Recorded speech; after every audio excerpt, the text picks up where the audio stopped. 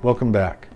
I think we're starting to get a clearer picture now, a better idea of who and what progressive nihilists actually are, their intellectual heritage, their intellectual tradition, where they come from. For the progressive nihilist, it's the future that matters, not really the present, and certainly not the past. The only thing that they find in the past is wretched ignorance and criminality, and it's in no way comparable to what lay in the future.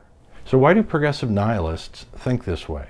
The answer to that question lay in no small part in their understanding and conception of history. And as is the case with their nihilism, this understanding and conception of history has its roots in the 18th century Enlightenment. The physiocrats were economists. They were employed in government service. They were also Enlightenment thinkers.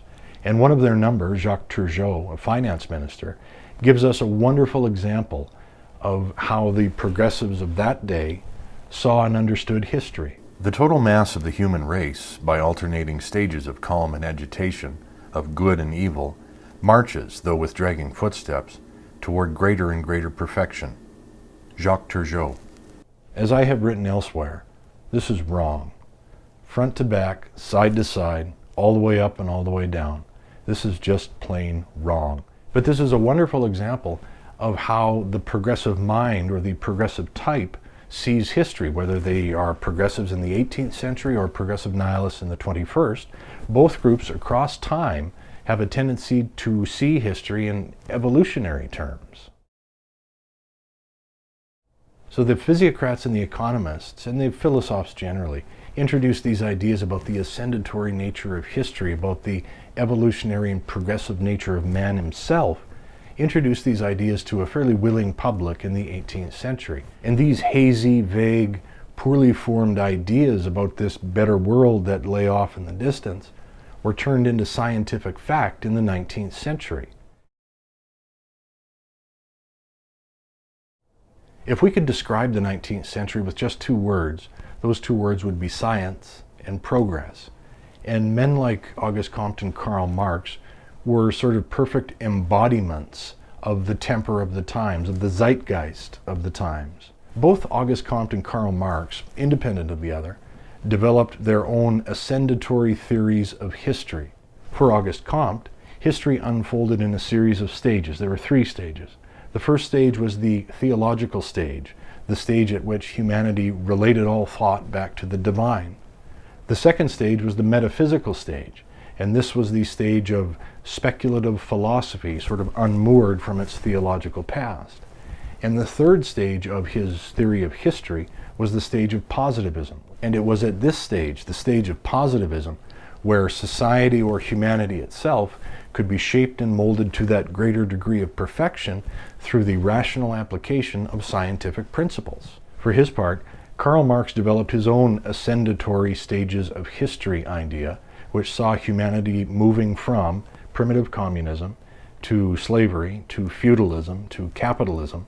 And from there, he argued, he had scientific proof for it after all, he argued that humanity would advance into socialism and from thence into communism. And one can only assume that once humanity had reached the stage of communism, history would come to a full stop. Humanity could at last repose, having completed its long and nasty battle with history. So we see in the 18th century the birth of this general idea of the ascendatory nature of history. We see in the 19th century it was turned into scientific fact.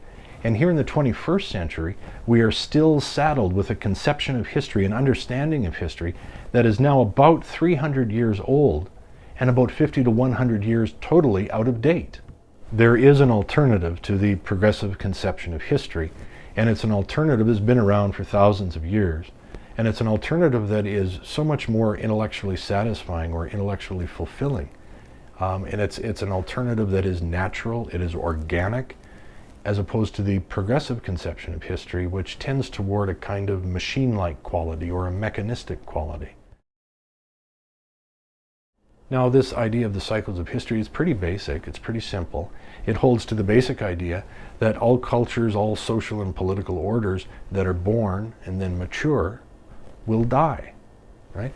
There is a state of cultural birth, cultural achievement, followed by cultural exhaustion. Like I said, it's a natural, organic way of understanding history, as opposed to this mechanistic conception of history advancing through a series of set stages on the way toward a final goal. In addition to the social and cultural changes that a given civilization will experience as it declines, we also have to take into account the political changes that occur as a civilization dies. For example, the change from democracy to tyranny.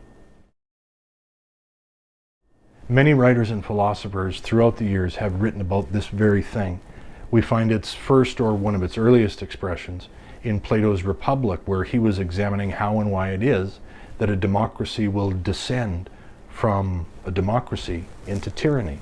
And one of the characteristics associated with the transition of a democracy into that stage is the excessive desire for liberty. He wrote that this excessive desire for liberty at the expense of everything else is one of the signposts or the markers that a democracy is moving toward tyranny. A few hundred years after Plato's death, we find the same basic arguments being made in the works of Greco-Roman historian Polybius. He wrote in his analysis of the Roman constitution about the ideals of liberty and freedom.